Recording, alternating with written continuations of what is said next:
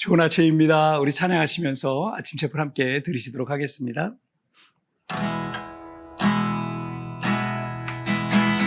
빛 되신 주 어둠 가운데 비추사 내 눈 보게 하소서. 예배하는 선한 마음 주시고 산 소망이 되시네. 나 주를 경배하리 엎드려 절하며 고백해 주 나의 하나님. 오 사랑스러운 주님 존귀한 예수님 아름답고 놀라우신 주.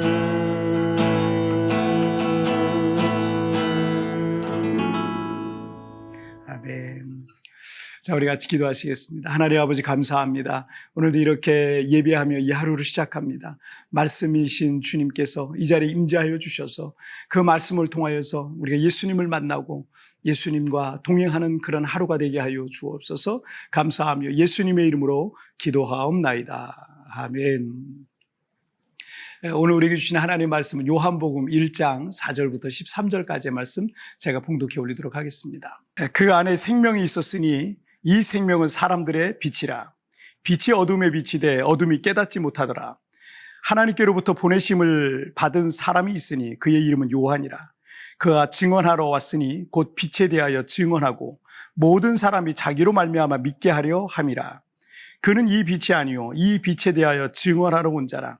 참빛 곧 세상에 와서 각 사람에게 비치는 빛이 있었나니 그가 세상에 계셨으며 세상은 그로 말미암아 지은 바 되었으되 세상이 그를 알지 못하였고 자기 땅에 오매 자기 백성이 영접하지 아니하였으나 영접하는 자 곧 그 이름을 믿는 자들에게는 하나님의 자녀가 되는 권세를 주셨으니 이는 혈통으로나 육정으로나 사람의 뜻으로 나지 아니하고 오직 하나님께로부터 난 자들이니라.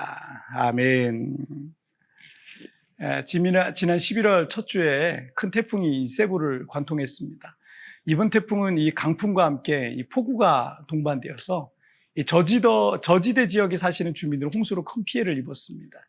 2021년 12월에 있었던 태풍은 폭우보다는 강풍으로 지붕들이 다 뜯겨지고 전신주들이 다 넘어져서 지역마다 1, 2개월 동안 전기와 수도가 끊겼거든요. 이번에도 전기와 수도가 끊겨서 아직까지 복구되지 못한 지역들이 꽤 있습니다.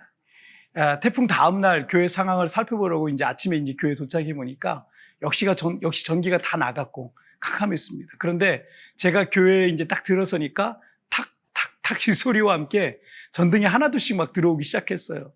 그래서 예배당 사진을 찍어서 교회는 안전하고 방금 전에 전기도 들어왔습니다 라고 단톡방에 사진과 메시지를 우리 성도들 단톡방에 올렸더니 집사님 한 분이 와 이번에도 교회가 제일 먼저 전기가 들어왔네요. 감사합니다 라고 이렇게 그 댓글을 올리셨습니다. 지난 2021년 12월 태풍 때도 교회 주변은 최소 1, 2개월 전기가 안 들어왔어요. 이 교회는 근데 한 2, 3일 만에 전기가 들어와서 성도들이 교회를 피난처처럼 오셔서 핸드폰도 충전해 가시고 또 얼음도 얼려 가시고 그랬었습니다. 물론 우리가 이제 교회에서 예배도 이 전기가 있어야 우리가 드리기가 참 좋잖아요. 너무 편했습니다. 한국에 계신 분들이야 워낙 사회적 인프라와 시스템이 안정적이어서 이런 상황이 잘 이해되지 않으실 수도 있겠지만 세부는 이 지진이나 태풍처럼 자연재해가 있으면 전기가 끊겨서 불편한 상황들을 겪어야 할 때가 종종 있습니다. 그러다가 전기가 들어오면 얼마나 기쁘고 감사한지 모릅니다. 한국에서야 당연하다고 생각했던 것들이 이 필리핀에서는 이 감사의 제목이 된 것들이 참 많습니다. 요한복음 1장 4절과 5절을 한번 보실까요? 그 안에 생명이 있었으니 이 생명은 사람들의 빛이라. 빛이 어둠에 빛이 돼 어둠이 깨닫지 못하더라. 요한복음 1장 1절부터 3절을 통해서 예수님은 말씀이시다라는 사실을 우리가 배웠잖아요. 오늘 본문에서 예수님은 참빛이시다라는 사실을 말씀하고 있습니다. 그런데 단지 어둠을 밝히는 전등 정도가 아니라 4절에 보니까 이 빛은 생명이다. 죽고 사는 문제가 달려있는 거죠. 그런데 5절에서 사람들이 이 빛을 깨닫지 못하더라는 거예요. 빛이라는 것이 없으면 우리는 아무것도 할 수 없어요. 빛이 있으니까 우리가 책도 볼 수 있고 걸어갈 수도 있고 일도 할 수 있는 거예요. 만약 모든 빛이 세상에서 사라지고 암흑청지가 된다면 이 세상은 엄청난 혼란이 시작될 거예요. 모든 움직이던 것들은 다 정지가 될 거고요. 그리고 오래가지 않아 모든 생명체도 죽게 될 겁니다.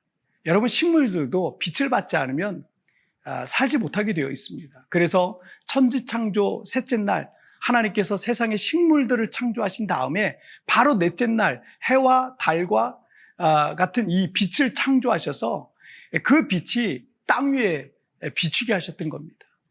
9절과 10절을 보시면 참빛 곧 세상에 와서 각 사람에게 비치는 빛이 있었나니 그가 세상에 계셨으며 세상은 그로 말미암아 지은 바 되었으되 세상이 그를 알지 못하였고, 우리 모든 사람에게 생명을 주시는 참빛 되신 예수님이 각 사람에게 빛을 비춰주셨습니다. 그로 인해서 그들의 무지와 어리석음과 죄의 어둠이 드러나게 하셨는데 사람들은 그것들을 인정하고 싶어 하지 않았고 모든 어둠을 드러나게 하신 참빛 되신 예수님 역시 인정하고 싶어 하지 않았다는 겁니다. 예수님께서 베드로에게 깊은 데로 가서 그물을 던져 고기를 잡으라 라고 말씀하셔서 지난밤에 한 마리도 못 잡았지만 말씀에 의지하여 그물을 내렸더니 그물이 찢어지도록 많이 잡혔다라는 거죠. 그때 베드로는 예수님이 율법 선생인 랍비 그 이상의 메시아이심을 깨닫게 됩니다. 누가복음 5장 8절에서 시몬 베드로가 이를 보고 예수의 무릎 아래 엎드려 이르되 주여 나를 떠나소서 나는 죄인이로소이다 라고 고백하는 모습이 나와요. 다른 사람들이 봤을 때 고기가 많이 잡혔다고 이런 고백을 하는 건 좀 생뚱맞아 보일 수 있었을 겁니다. 그런데 예수님이 참빛이시기 때문에 베드로가 이런 반응을 보였던 거예요. 예수님을 가까이 하면 할수록, 하나님을 가까이 하면 할수록 주님께서는 빛이시기 때문에 우리의 죄와 어둠이 드러나게 되어 있습니다. 그래서 사도 바울도 그의 사역 말기에, 어쩌면 사역 말기면 그가 가장 성령으로 충만하던 그 시기였는데 그때 뭐라고 고백했어요? 디모데전서 1장 15절에 보니까 죄인 중에 내가 괴수다라고 고백을 했던 걸 볼 수 있습니다. 얼마 전에 우리 교회가 돕고 있는 빈민가에서 이 닭죽과 빵을 나눠주는데 많은 아이들이 이 죽담을 그릇을 들고 이제 모였어요. 아이들이 얼마나 예쁜지 모릅니다. 그런데 그곳엔 수도 시설도 없고 제대로 씻을 곳도 마땅치 않다 보니까 아이들 중에 씻지 않아서 몸도 얼굴도 머리도 더러운 친구들이 많았습니다. 그런 모습을 보니까 너무 안타까운 거예요. 그런데 우리 눈에 그렇게 보여도 사실 그곳에 사는 사람들에겐 그렇게 더럽다 이렇게 생각을 안 할 겁니다. 이 죄가 드러나는 것은요 수치스러운 일입니다. 그래서 베드로도 그 주님 앞에 있을 수가 없었던 겁니다. 하지만 죄인들끼리, 더러운 사람들끼리 어울려 있으면 내 죄가 더럽고 수치스러운 것인지도 모르는 겁니다.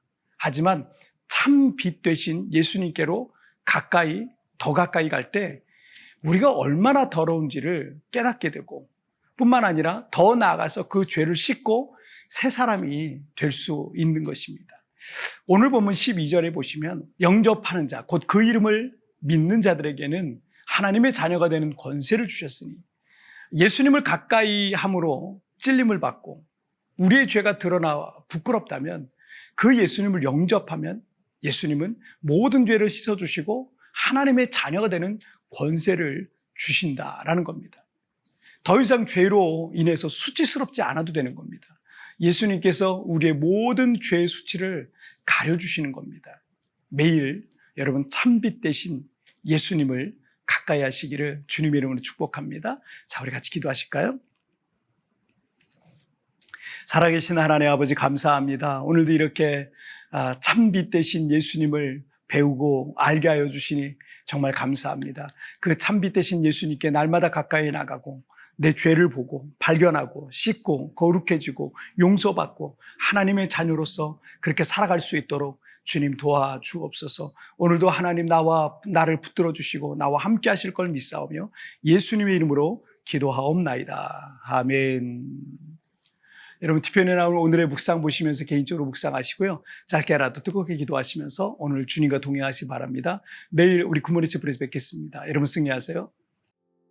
하지만 참빛 되신 예수님께로 더 가까이 가게 될 때 우리가 얼마나 더러운지를 깨닫게 되고 뿐만 아니라 더 나아가 그 죄를 씻고 새 사람이 될 수 있는 것입니다. 매일 예수님을 가까이 하는 방법이 무엇이 있을까요?